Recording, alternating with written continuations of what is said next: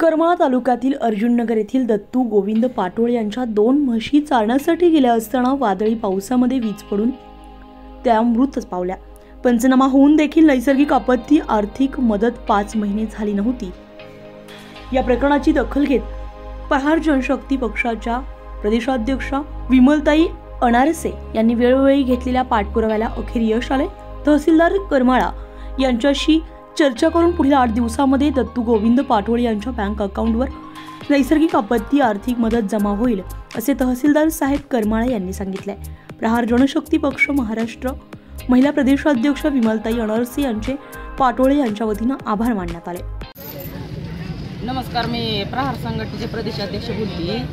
करमाळा तालुक्यातील मशेवाडी गाव आहे आणि त्या मशेवाडी गावामधील 2 म्हशी आपल्या वीज पडून मृत्यू झाल्या आणि त्या 5/6/2024 ला पंचनामा झालेला आहे आणि पंचनामा होऊन त्याचा पाठपुरावा आपण केलेला आहे।